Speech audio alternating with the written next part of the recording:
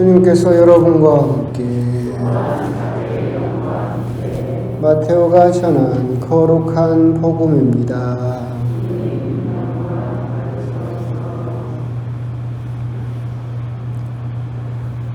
다윗의 자손이시며 아브라함의 자손이신 예수 그리스도의 족보. 아브라함은 이삭을 낳았고 이삭은 야곱을 낳았으며 야곱은 유다와 그 형제들을 낳았다.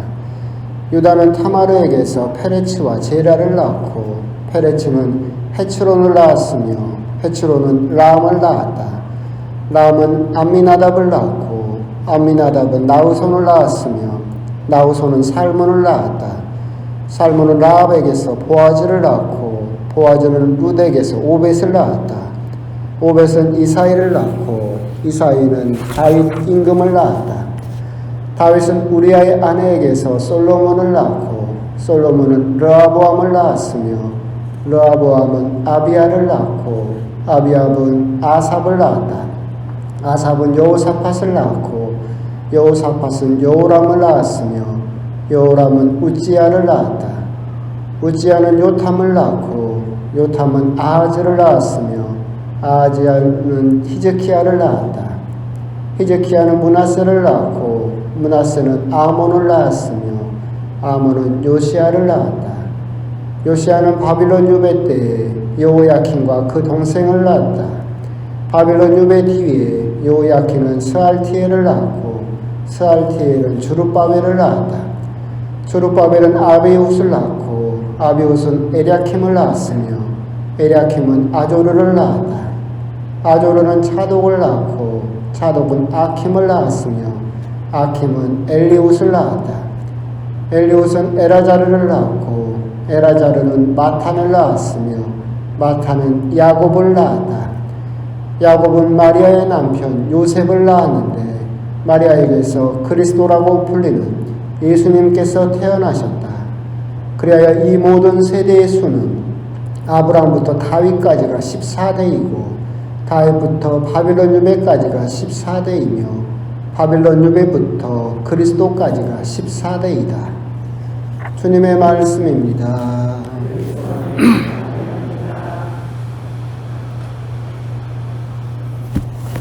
참 예수님, 오늘은 대림식이 이제 후반기가 시작되는 17일이 되었습니다. 말씀드린 바와 같이 전반기는 16일까지 그리고 후반기는 17일부터이고 17일부터는 이제 예수님 오심을 더 직접적으로 기다리는 기다림에 더 접근한 주인공들이 등장을 하는데 그분들이 바로 성모님과 요셉 성인에 대한 이야기가 복음에서 주로 등장하게 되죠. 그러면서 오늘 17일 이제 대림식이 후반기를 시작하면서 복음은 예수님의 족보로 마테오복음 첫 장으로 대림시기를 시작하고 있습니다. 마테오복음 이 족보는 몇 차례 말씀드린 바와 같이 신약 성경에는 예수님 족보가 2번 나온다고 그랬습니다. 마테오복음과 루카복음이 나온다고 그랬죠. 마테오복음은 오늘 보시는 바와 같이 족보가 아브라함부터 시작을 하고 루카복음은 아담부터 시작을 한다라고 말씀을 드렸고 루카복음이 아담부터 시작하는 이유는 루카복음이 전하고자 하는 예수님이 어떤 분이냐면 인류의 구세주, 모든 사람들의 구세주. 그렇기 때문에 인류의 시작인 아담부터 족보가 시작을 하고 있죠. 하지만 마테오 복음은 조금 전하려는 예수님이 달랐어요. 마테오 복음을 쓴 이 마테오 사도가 전하려고 하는 예수님은 구약 성경을 완성하시는 그리스도를 전하고자 했어요. 그래서 구약 성경, 이스라엘 민족의 시작인 아브라함부터 이 족보가 시작된다라고 보시면 되겠습니다. 그래서 족보가 차이나는 것은 전하고자 하는 예수님이 약간씩 다른 모습이기 때문이고 오늘 마테오복음은 그렇기 때문에 아브라함부터 예수님의 족보가 시작을 하죠. 이 족보는 재미는 없죠. 하지만 곰곰이 들여다보면 말씀드린 바와 같이 아버지와 아들 이름이 계속해서 반복되고 있는데 예수님이 이전에 이 족보에 특이하게 여성 이름이 4명 나온다고 그랬죠. 이제 여러분들이 보시면 유다는 타마르에게서, 다말이라고 불렸던 타마르에게서 페레치와 제라를 낳았다라고, 타마르라는 여자 이름이 한번 나오죠. 그 다음에 라합, 살몬은 라합에게서 보아즈를 낳고라고 해서 라합이라는 여자 이름이 또 나옵니다. 그리고 보아즈는 룻에게서 오벳을 낳았다라고 세 번째 여성의 이름이 나오고, 그리고 다윗은 우리아의 아내에게서라고 하면서 족보에 네 번째 여자 이름이 나오죠. 계속 아버지와 아들, 누구는 누구를 낳고라고 해서 계속해서 아버지와 아들 이름만 나오지만 그 사이에 여성 이름이 성모님 전에 4명이 끼어 있었다라고 하는 것이고, 정말 재미있는 것은 이것은 결국 왜 이 여성들의 이름을 굳이 거기다가 집어넣었을까 생각을 해보면, 이 여성들은 어떻게 보면 흠결이 있는 여성들이었죠. 죄인이라고도 생각할 수 있어요. 유다는 타마르에게서, 타마르가 누구냐면 며느리였죠. 며느리였어요. 며느리가 결국은 시아버지를 통해서 그 대를 잇게 되는 이야기를 여러분 구약 성경에서 읽을 수 있었을 겁니다.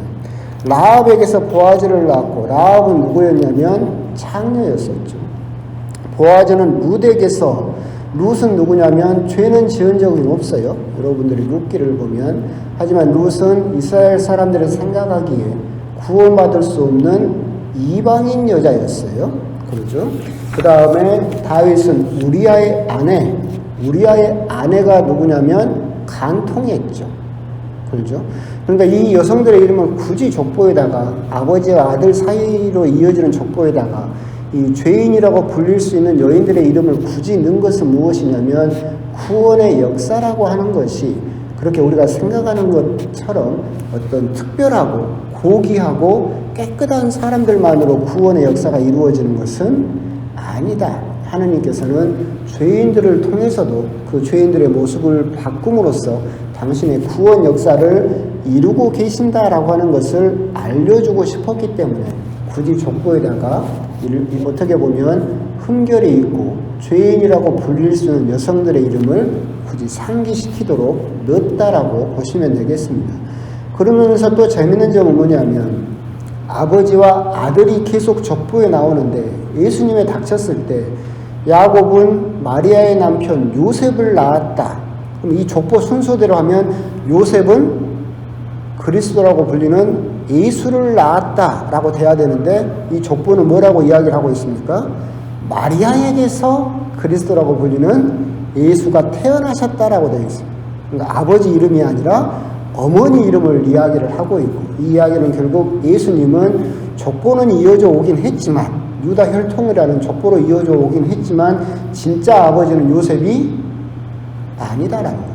어머니를 통한 성령의 힘을 이어받은 성모님을 통한 하느님으로부터 오신 분이기 때문에 이 족보대로 한다면 요셉은 예수를 낳았다라고 해야 되는데 요셉 이름까지만 나오고 어머니인 마리아에게서 예수님이 태어나셨다라고 그렇게 아버지의 이름을 배제한 채 어머니 이름을 적어서 족보를 적었다라고 그렇게 또 보시면 될 겁니다. 족보 이야기는 재미가 없지만, 그러면서 또 재미있는 것은 뒷부분에서 이 모든 세대의 수는 아브라함부터 다윗까지가 14대이고 다윗부터 바빌론 유배까지가 14대이며 바빌론 유배부터 그리스도까지가 14대이다라고 14로 3등분을 했습니다. 족보가 꼭 그렇게 이루어지는 것은 아니었음에도 불구하고 마태복음은 14라는 숫자를 가지고 3번으로 구분을 했어요. 왜 14로 구분을 했다고 했습니까? 이건 이제 게마트리아라고 해가지고 숫자로 상징적인 것을 드러내고자 하는 거예요. 그러니까 여러분들이 요한묵시록을 보면 666이라는 숫자를 가지고 666 하면 우리가 알아볼 수 없잖아요. 근데 666은 뭐냐면 네로 카이사르, 즉 그 당시 로마 황제인 네로 카이사르의 이름에 있는 숫자 값을 다 더하면 666이 나와요. 그렇기 때문에 666의 숫자를 받은 사람은 구원을 받을 수 없다라고 하는 것은 로마 황제에게 충성을 바치는 사람은 하느님의 구원을 받을 수 없다라는 것을 숫자를 통해서 상징적으로 드러내죠. 이런 것을 게마트리아라고 그러는데 14라고 이렇게 3대로 구분하는 것은 뭐냐면 다윗이라는 이름을 숫자 값을 다 더하면 14가 나와요. 그러니까 우리들은 지금 아라비아 숫자로 1, 2, 3, 4가 있지만 이 당시에는 1, 2, 3, 4가 없잖아요. 그래서 알파벳이 숫자 값을 가지고 있어요. 그래서 다윗이라는 이름을 다 더하면 14가 나오죠. 그래서 이 마테오 복음은 족보도 아브라함부터 시작하고 1장 1절에 뭐라고 되어 있냐면 다윗의 자손이시며 이렇게 시작을 하고 있어요. 이것은 결국 아까 말씀드린 바와 같이 마테오 복음은 구약 성경에서 예언된 것을 성취시키는, 완성시키는 그리스도를 말하고 싶고, 그렇기 때문에 하느님께서 아브라함에게 하신 약속, 그리고 다윗에게 하신 약속을 예수님을 통해서 완성하신다라는 것이 굉장한 중요한 주제예요. 그래서 예수님께서 유다 혈통, 유다의 거기에서 유다의 사자가 나온다라고 했던 야곱의 유언에 들어있는 것을 성취시키고자 하셨고, 그래서 다윗이라는 이름을 가지고 더하면 14이기 때문에 14, 14, 14로 구분을 함으로써 예수님과 다윗 간의 연관성을 굉장히 강조하려고 이렇게 구분을 지었다라고 그렇게 또 보시면 되겠습니다. 재미없죠? 족보가 나왔으니까 재미가 없어요. 그럴 거예요. 이 족보를 이제 설명을 하면 대충 그렇게 여러분들이 이해를 하시면 되고, 재미가 없다는 건 저도 이해를 하죠.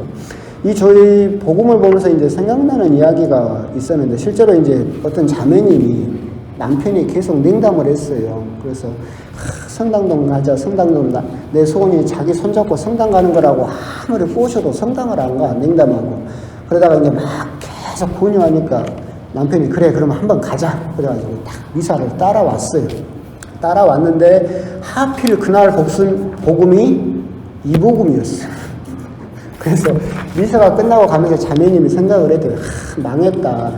예수님의 그 좋은 말씀도 많고 많은데 하필 오늘 복음이 재미도 없고 사람 이름만 나오는 족보가 하필 나올 게 뭐냐. 이 사람 또 성당 또 재미없다고 안 나간다고 하겠다. 그렇게 생각을 했어요. 그래서 가는 길에 남편에게 물어봤대요. 오늘 미사 어땠어? 복음 어땠어? 물어보니까 남편이 하는 말이 복음이 참 감동적이었더라고요. 왜 뭐가 감동적이었어요? 그랬더니 예수님이 그냥 막연하게만 생각을 하고 있었는데 예수님도 나랑 똑같은 인간으로 정말 오셨구나. 그리고 이 예수님이 인간으로 오셨다라고 하는 것은 지금 내가 하고 있는 고민이나 내가 받고 있는 스트레스를 그분도 똑같이 받았겠구나. 이런 것이 내가 현실감이 들었대요. 그러면서 이제 그 이야기를 저도 들으면서도 우리 역시도 오늘 복음을 보면 무슨 생각이 듭니까? 진짜 재미없죠. 사람 이름만 나오고. 하지만 하느님 말씀을 이렇게 우리들은 재미없는 것 같고 평범한 것 같고 대수롭지 않은 것 같지만 사실은 그 말씀을 듣고도 감동받고 회심하는 사람이 있다라고 하는 거죠.